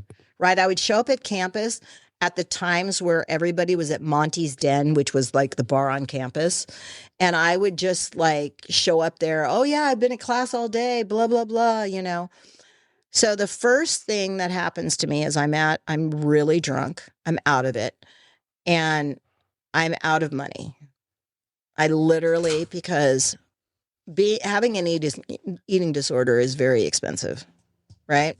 Because you eat a lot, I'm sure. Because you eat a lot and you're purging a lot, right? And so, like, it's very expensive. And my parents had me on a budget, but I didn't understand what that meant. So I was like, literally, my mom was like, if I get another bounce check in the mail, Concetta, because I thought I had her bank account. So I was just writing checks. I was literally just writing checks. I thought, I thought I had endless amounts of money. I mean, I had that stuff going on. I had gotten $1,800 in parking fees because I didn't feel like parking in the right places. And so I would just park anywhere. That's an authority complex. No, absolutely. Yeah, I was that's an authority issue. I was this to everything. Right, I literally had my finger up going, I am so sick and I feel so terrible about my life that I don't give a rat's ass and it doesn't matter what I do. But now when does all this purging start having a negative effect on your body? Because it's not healthy. I mean, or you were just so drunk all the time you didn't even notice. No, I mean, I was like maybe about, the thing is with bulimia is you can maintain a body level, it's not like anorexia. So at certain times I would do anorexia, but I would never be the one. So there's a lot of different ways bulimics are bulimic. You can be an exercise bulimic, which I was doing. Okay. I was like teaching a lot of aerobics classes. That was when aerobics and jazz. That was a big time. That was a big. Jane Fonda. Oh my gosh! I mean, somebody texted me not too long ago. Oh my God, Concetta, I remember when you were teaching aerobics, and I was like, yeah. I mean, I was like, fun. Right. It's a party, right? It's a party, the way to party. So I was teaching aerobics and I was keeping my weight down. And so I would have these like fluctuations of like, okay, I'm not going to throw up and I'm not going to purge, but I'm going to exercise to death.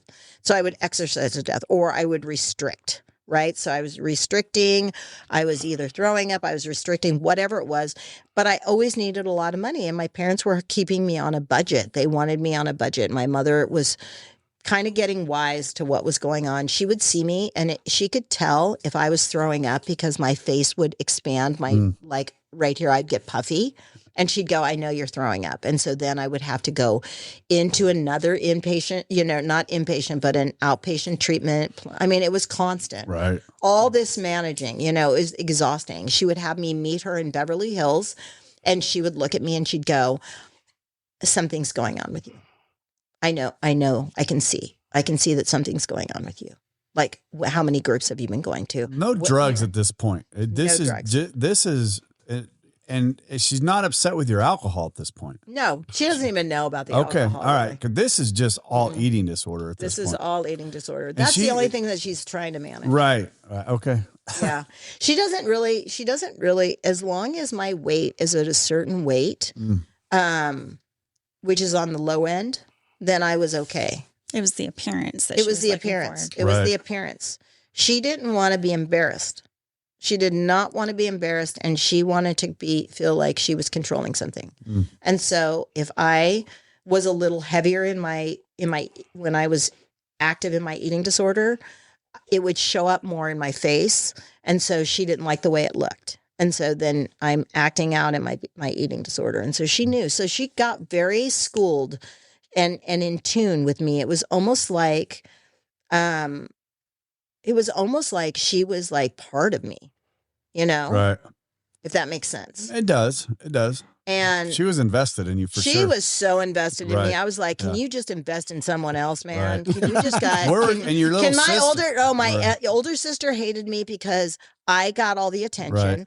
My younger sister and I had a great relationship, but she was doing everything just to stay under the radar because she didn't want any of that. I would say at that point she probably loved you because she wasn't being watched at all. No, she literally my younger sister kind of was anorexic because she saw what I was going through, so she just didn't eat. So she kind of developed her own eating disorder when she was in high school a bit. It changed in college, but that's how she was. She was very, very thin in high school. But anyway, so this went on. And so what happened was I was in probably close to my last year of being there. And this is your 6th year. Yeah, like 6th year. Oh Van Wilder at this point. It was awful. I would go to San Felipe on a trip with all the guys. Like we would be for spring break, right? Because that's what we did. We went to San Felipe and we would get a motorhome and we would have the wheel of misfortune. And if you did anything fucked up, like if you spilled a drink or something, right.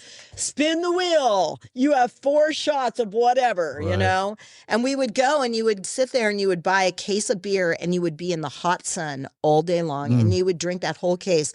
And I had a big brother that was in the fraternity.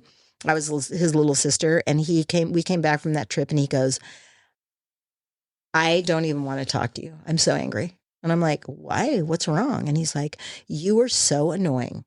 You were drunk the entire time. Huh. You were in showers, passed out. I constantly had to watch you. You were kicking fire, we were having fires and you were falling in the fire. Like you were annoying. And he had a crush on me, but I always ended up like hooking up with his friends. And so he like literally was so mad at me. Right. Yeah, I had to make an amends to him when I got sober. But sounds like you had a few. I had quite a few. I had a long list, but yeah. So I'm down there and I end up not having enough money, and I'm like super hungry, and I ended up stealing some girl's wallet and grabbed her credit card out of her purse. And I went to like a diner and I was eating, and she called her card in as stolen, and I literally got arrested at the restaurant. Oh wow! So that was my first arrest. So what do my parents do? I mean, it's like, oh my God, I bet your mom livid. lost it. Oh my God, they were livid, absolutely livid. I ended up going to the place down there. There's Los Colinas or whatever jail, and they get me an attorney. And I'm gonna push it just a little closer. Yeah, they get me an attorney and they clean it up for me, of course. But then they put me in an eating disorder residential program, because it's my eating disorder, and that's the reason. Still they don't have a clue that it's alcohol at this point. No, they don't know about the alcohol. Right. It's the eating disorder. Like that's the problem. Yeah. Okay. And so anyway, that was my first arrest, and I ended up going into Northridge University Treatment Center. There was like, there was not a lot out there offered. And I was in there with all these anorexics that were being tube fed, right? They were so under body weight that like, to see me, I'm like, what the hell am I doing here? Right. You know what I mean? I'm looking at these girls and they're like screaming and crying and won't eat and having to be force fed. And like, I called my mom. I'm like, I'll never do this again. I'm so sorry. Like, get me out of here. This is crazy. It's almost like when flew over the cuckoo's nest, like crazy. Like these girls are absolutely skeletal. And I was like, oh my God, I promise you I'll be good, So she comes and she's being the good codependent, because there's one thing about my mom, like as hard as she was on me, she still wanted me to, and maybe this was about her, but she wanted me to have fun and be able to like to have experiences with friends and things like that. And she would ground me, but then she would always give in. She would ground me and say, you're not doing this. You're grounded for 2 weeks. And I could always manipulate her and cry enough to allow her to give in because, Mom, it's a party and all these people are going to be there and all these guys, do you want me to feel bad and blah, blah, so I would manipulate her and she would always give in. So she would always give in. She'd always be that parent that never held the line. Right. And so, and I had done so many things when I was at San Diego State. I got into like head-on collisions in another car, drinking and driving, but then drinking and driving wasn't a big thing then. And so I was able to get myself out of it. Before MAD? Yeah, it was before any of that stuff, so we had a lot more that we can get away with. I mean, to be fair, I probably deserved at least 20 drunk drivings. I mean, to be honest, and I would be right there. Yeah. If we had these when we were in school, we'd be still in jail. I'd be under the jail. Right. Yeah. Right. So I ended up getting out of that treatment center and I was good for a while. And, Did you go back? Did you go home? I went home for the summer and then I went back for one more semester at San Diego State. And I don't even know why, but my dad was like, I don't care if you get your degree in basket weaving, like you're coming home. Like, this is ridiculous. I'm not paying another dime for you to be partying and you to be down there. You're going to move home. So I was like, oh my God, my life's over. Okay, got it. And how old are you at this time? I was probably 21 or 2. Because I'm young, 61, but I was born in 64. So I'm a September baby. So you were young for your class. Yeah, I was young for my class. So anyway, so I move home and I am like, oh my God, my parents have a curfew on me. And I'm like, and my mom knew that I would stay out late with my friends when I was at school, but now I move home and you guys are telling me I have to be home at 1:30 at night when the bars don't close until 2. Like, what the hell? Right. And my dad was absolutely adamant about it. He was so annoyed. He would be waiting. They would be waiting up for me. And they would be, if I was past 2, my dad would lose his shit and say that only whores and prostitutes stay past that. Past midnight. Past midnight. Nothing good happens after that. Oh, Katie. Yeah. Katie. Oh, yeah. It's one of my favorites. You've been hanging out with her dad? Yeah. What would your dad say, Katie? No, it was me. It's Katie. Nothing good happens after midnight. Nothing good happens Katie's after. always You're said that. respectable. What are you doing? Well, who are you hanging out with? Hold on. Mine was Everything good happens after midnight. Yeah. To us. Yeah. To us alcoholics. There's just too many variables of what could happen. Right. And the longer you're out or the later my girls were out, I was so concerned about them. And it wasn't necessarily them that they were doing something bad. You don't trust the other people. Everybody else on the road. Right. That's where my concern was. Well, and that makes perfectly good sense for where we are today. In those days, it was like, oh my God. By that time, I had discovered cocaine, not in a way that I was abusing it. It was in a way that was like party and recreation. Every once in a while, I would never buy it. It was available. Like if somebody you were a had girl. it. I don't know a girl that had to pay for it. Yeah.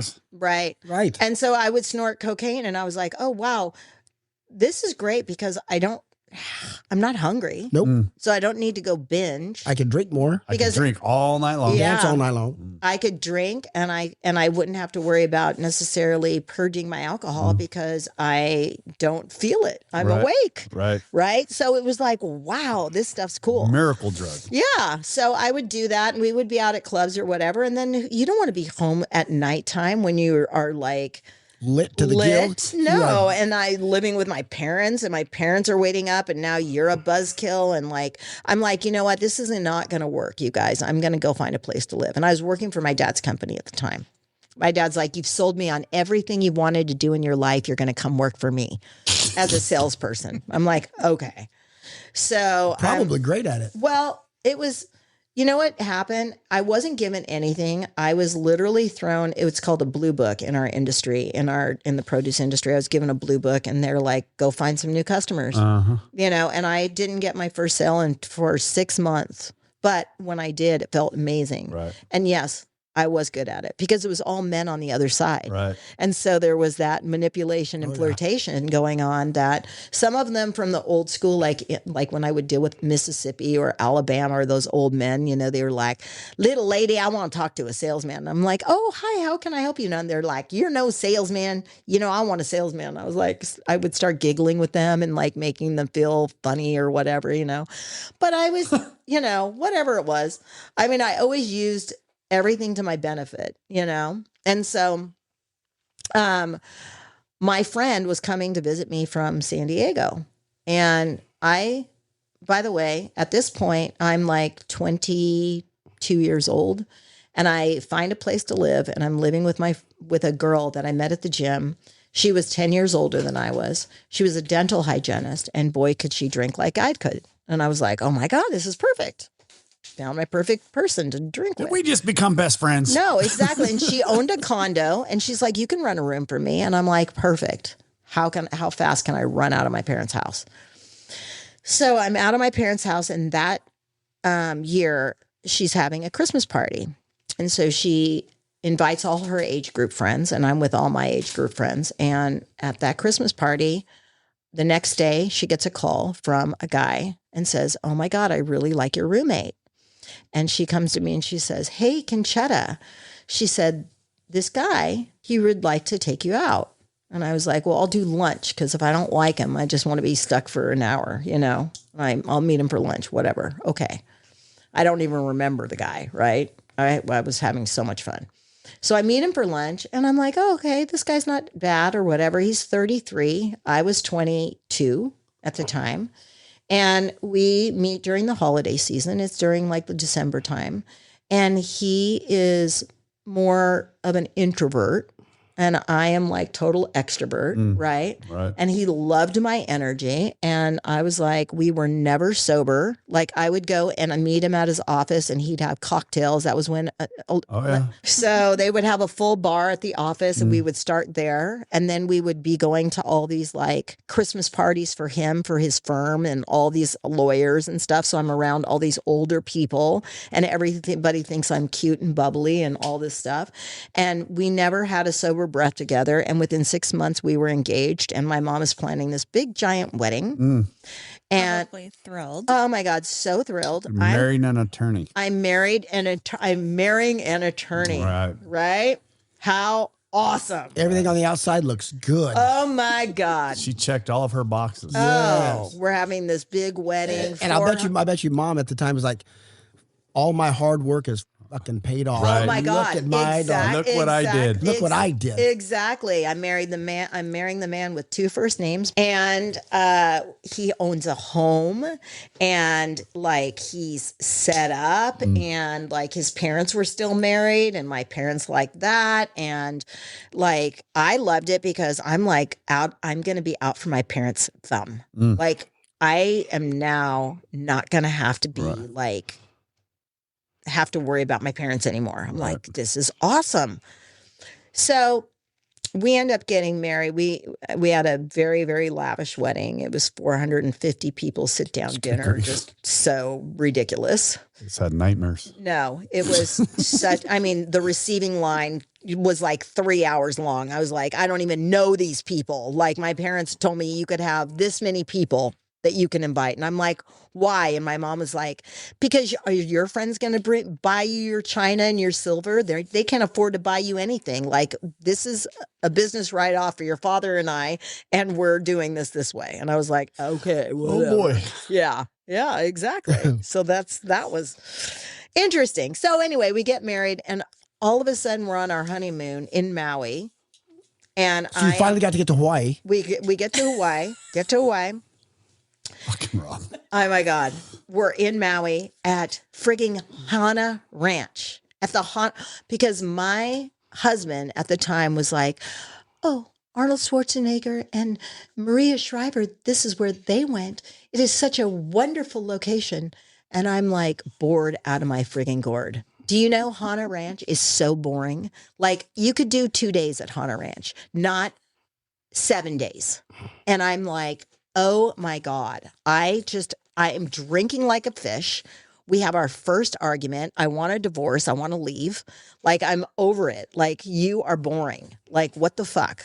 So I'm like, when are we going to Canapali? And so we get to Canapali, and of course I see people from San Diego State that I was in college with.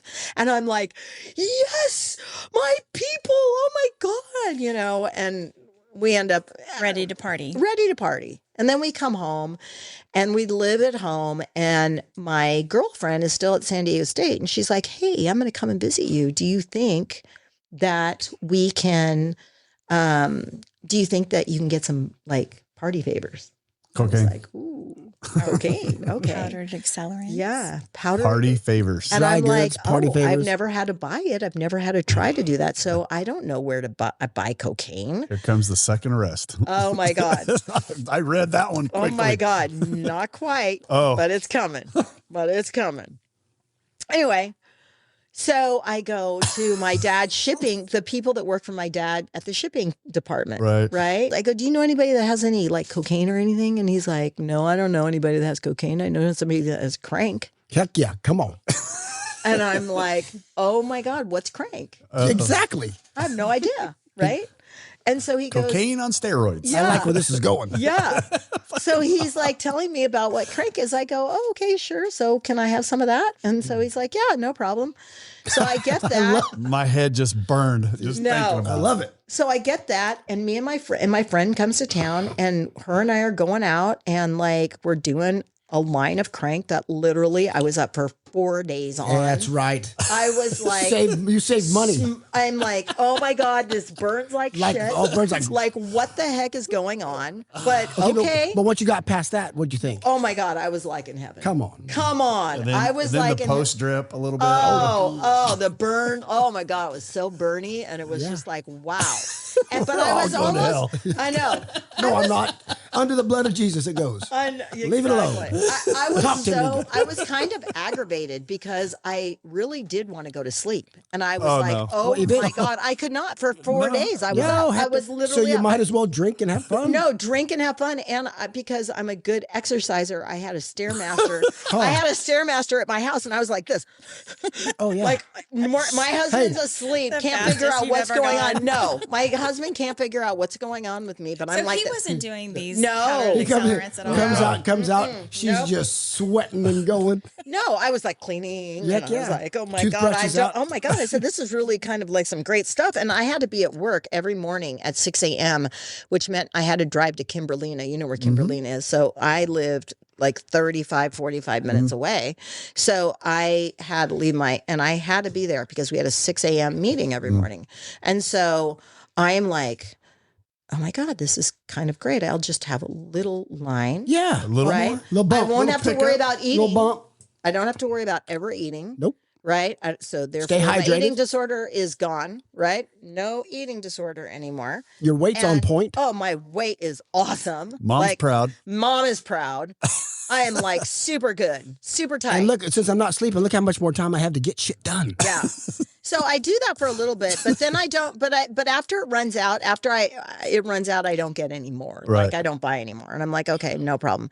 By the way, I'm also playing on a volleyball league with my dad's head of farming, who is the same age as my husband. He's married, has a couple kids, and my dad, to go back, would never really talk to me about business. Like he never, like he was the grower. Mm-hmm. We had a company called Sunworld. I don't know if you know what Sunworld is. We had over 70 commodities. So my dad started it with 2 other men. And so it was this big international company. And it was very big, and our offices were at Kimberlina. But my dad never really talked to me and explained the farming piece to me. He just thought that, you know what, you work here, don't embarrass me. And like we would have to rotate offices. We had offices all over California, and sorry about that. And we would have to rotate positions of going and working in different locations. So like 1 week, Rob and and you would go to the Irvine office and you would work in the Irvine office while we were harvesting citrus. Right. And we were part of Irvine Ranch Company. We would be the marketing arm for their produce. Right. And so we would rotate, and everybody in the office would have to rotate. Well, my dad would say, you don't have to, you're not rotating because you're my daughter. So he would throw that out. So which would make it bad for me in the office because the guys would get pissed off. Well, why do you get special treatment type of thing? So I'm like, you're really screwing me up. Why are you doing this? Again, I'm special. Something's different than me. I can't just be a worker amongst workers. I ended up getting pregnant from my husband That kind of sounded funny, but you'll understand it as I get going, as I continue on, because Concetta is a nightmare. I'm telling you, Concetta is a whirlwind of a nightmare, and every single aspect of my life is. Well, we kind of left off on something. Yeah. You're playing volleyball with your dad. I was waiting for that. With your dad, who's the same age as your husband. It's your dad's lead farmer. Right. Okay. Who actually talks to me and like is kind of educating me in the farming side of things. Okay. Really actually. And I'm like. So like a mentor. Yeah, like a mentor. And I'm like, I'm so curious because I love my dad and respect my dad so much. And I've always wanted to have that type of a relationship with my dad. But since all the trouble that I've gotten into, my dad's kind of like pushed me aside, even though I'm his favorite. Yeah. Right. Even though I'm his favorite still, and I'm still that person that he loves. I have now a different relationship with my dad. It's built more like he's ashamed of me a bit, and he doesn't want me embarrassed. He does not want to be embarrassed. And so no, you're not going to go and work in these different places. You're going to stay home with your husband. And my husband, who was at the time when we got married, 33, I was 22. I am now 23. He is 34. We get pregnant, right? And so now I go through that pregnancy. I'm not drinking or using drugs or active in my eating disorder. I'm not doing any of those things. I did only gain like 22 pounds with my daughter. And then I had my daughter, and she was amazing and beautiful. And my daughter Bianca is like the apple of my eye. But after I have her, I get back into the volleyball league. I'm now drinking, and I'm disappearing once a week to go play volleyball on an intramural team. My husband, I want to go out on the weekends with my friends because all my friends are still young, right? And they're not married. And my husband will say things like, you're a married woman and you're not to be doing those types of things. And he knew that he couldn't control me. So he would call and tell my parents. Oh, shit. Oh, yeah. He would tattle on me, which made me lose even more respect for him, which I hated him at the end. I was like, oh, my God. I said, you are no man. You can't control your own wife, and you've got to call my parents. So And in his defense, nobody could. No, no one could. And I was basically doing what my mother has done for my entire, we have the ability to emasculate men in my family. 3 girls, my mother, very strong alpha female, right? Runs the show. My dad, it's not that my dad doesn't. My dad works his ass off. Inside the house, he doesn't. Inside the house, he doesn't. She runs the show. I know the feeling. Right? Yeah. Yeah. We got some step work to do, don't we, son? I look at that face. Just saying. Yeah. Just saying. I know the feeling. Yeah. Why are you looking at me, Rob? It's like, you'll pay for everything. You'll pay for everything, but you really don't like. Me and your dad should probably talk. Well, yeah, because my dad can help me. My dad would My dad would try to set boundaries. With me, like when I wrecked that car, that second car in San Diego, my mother never told him. She told him she was putting a down payment for a facelift and took the cash and went and covered my tracks, kind of thing. So my dad has gotten like increasingly upset with my mother because he feels that she's part of the problem as well, right? And he's not wrong. No, but if you see my parents, like you'll understand how strong my mom is, and no one is going to tell her what to do. Like, you know, there's that defiance of like, she just doesn't take it to the level of how I do. You did. No, of how I did. Oh, yeah. Yeah. Yeah, but she was also probably like, oh, he doesn't need to be bothered with this. I'm just going to handle it. Yeah. And, you know, maybe your dad was going to be more upset at other things that were happening that were trivial compared to some of the major things that were happening. Well, my dad's a hothead. He's a frigging Italian bald man. That face gets friggin' pissed. Like, you know, when he's mad, and he won't hit you, but there'll be a hole in the wall above your head, you know, type of thing. And he has a very loud, when he doesn't, it's a slow burn, but when he's done, he's done. Yeah.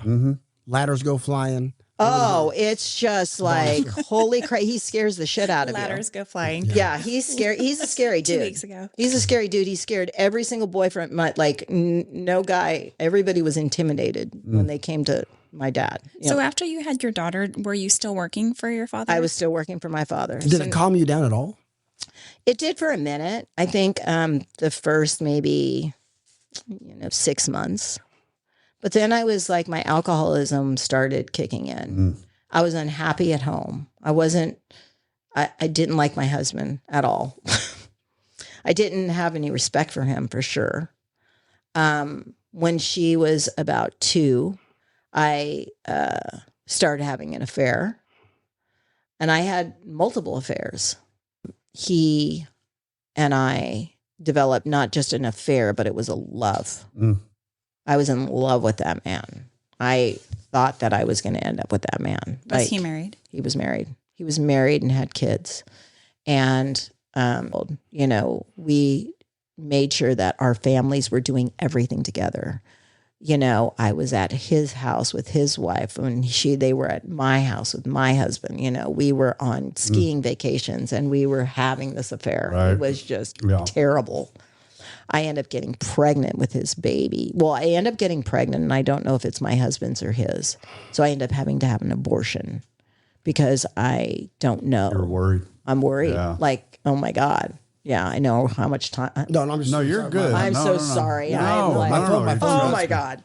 I'm telling you, my so story what is kind so of crazy. guilt did that give you with your A Catholic lot. upbringing No, as a well, lot. and then So much shame. the So much. torment of loving that man. Absolutely. And not being able to potentially have his child if it was his. Yeah, it was awful. It was terrible. I was heartbroken because I really believed that he was my person, because he had so much of the things that I loved about my dad. And I wanted to be close with my dad that he was giving me. And my dad was really basically put me in a corner of like, you have embarrassed me so many times. You're shunned. And I'm so embarrassed by you. And I wanted this relationship with my dad so bad. That was the way I was getting it, was through this man. And so I had so much confusion. My eating disorders come back. It's out of control. I'm drinking. And a friend of ours that owned a racehorse basically calls my mom and says, oh my God, I love Concetta so much. It was, again, one of those people that were friends with my parents that always loved me, thought I was like so funny, you know, as a kid, said I named a racehorse after Concetta. And it's going to be running in Del Mar. And she's like, oh my God, you know, he was a broker in town that also did grapes. And so I get a hold of Lynn, and I'm like, Lynn, oh my God, you named a racehorse after me? And he was like, yeah, I did. His name is the horse name is Chetta B. And I was like, oh my God, how do I see this horse run? And he goes, at the off-bed track. And I'm like, really? Where's that? You know, it's the fairgrounds. Oh, okay. I said, okay, can I come in? I come there or whatever? And he's like, yeah, come on down. So now I'm at a horse track with a bunch. Every part of my life was always just men, right? I'm doing things that men do, right? I'm in the produce industry. I'm the only the only girl in the sales force. It's all men, right? I am going down to a track, and now there's all men, and they're like, they think, you know, part of that is ego. Like, I'm getting so much attention from these men because I look like nothing like they do, right? And it's refreshing to have me around, right? Oh yeah, for sure. And so I'm the cute girl coming in, and they don't the thing that they love. They don't have to change their behavior. They don't have to change their language. No. They don't have to change anything. You're accepting it. Accepting. I love it. Yeah. Right. Love it. And so I go in there and they go, and I'm like, so what do I do? Like I play a couple, I put like $2 to place and show on these horses or whatever. And they're like, that's like kissing your sister. You need to bet triples. Yep. Right. That's a tie. Yeah. That's like kissing your sister. You need to bet triples, or you need to bet you trifecta. Never heard that? No, hell no. Yeah. Are you serious? That's a tie. That's like kissing your sister, son. Yeah. Oh, God. That's you know my sister. I know. I would kiss her. I tried. She probably slapped me. Yeah, I'm going to tell you right now, Coach Quasha used to say that all the time. Okay. I know. I heard that all the time growing up as a kid. We'd punch each other long before we'd kiss. I don't know. Go ahead. So anyway, so then they teach me how to play, these to triples and all these other, how to play How to bet.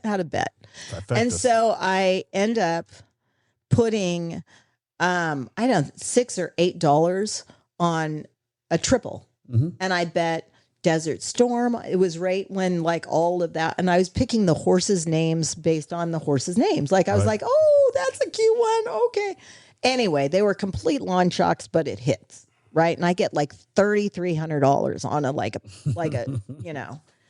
And so now I'm like, wow, that was fun. Right. Another vice. Unlock a whole new addiction. Oh my God. It was awful. It was awful. I leave there and I'm like, oh my God, this is so cool. And so I come back like a week later and I bet a pick 6. Oh God. And I got 5 out of 6 on a carryover and I win 11 grand on like $11. You went, so because I understand horse betting. Yeah, I don't. She went straight from taking aspirin to doing mainline heroin that fast. It was the craziest thing. I think I'm a professional horse picker. Yeah. I mean, look at what I just did. I won.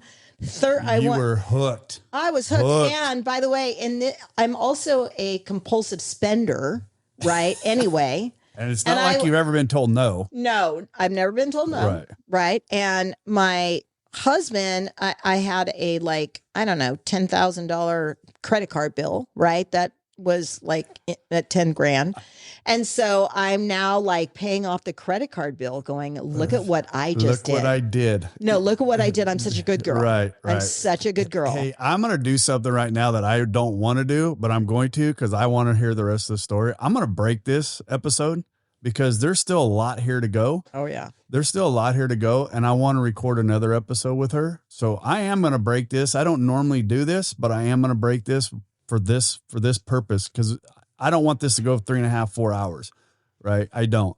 So I am going to break this. We're going to come back. This is going to be a 2-part series. This one's going to be a 2-parter, right? Because there's so much to your story, and I'm thinking in my head, where can I trim this story at? There ain't nowhere in your story I want to trim. Not really. No, because everything is leading up to what you just got to. And it's going to get worse. I could see that coming right now. Hey, let me ask, does cocaine or methamphetamines come back with the gambling, with the booze? Oh, yeah. Oh, baby, I love you. Let's go. I was arrested 26 times. No way. I was on probation in 4 counties at the same time. Oh. No. We're coming back. Thank you for joining us today. We hope you learned something today that will help you. Give us a 5-star review. If you don't like what you heard, kiss my... You can't say that, can you? Anyway, if you don't like what you heard, go ahead and tell us that too. We'll see what we can improve. We probably won't change nothing, but do it anyway. Hey, thanks, Rob. Come back next week and hopefully something will be different and something will sink in. Take care. This has been Recovery Unfiltered.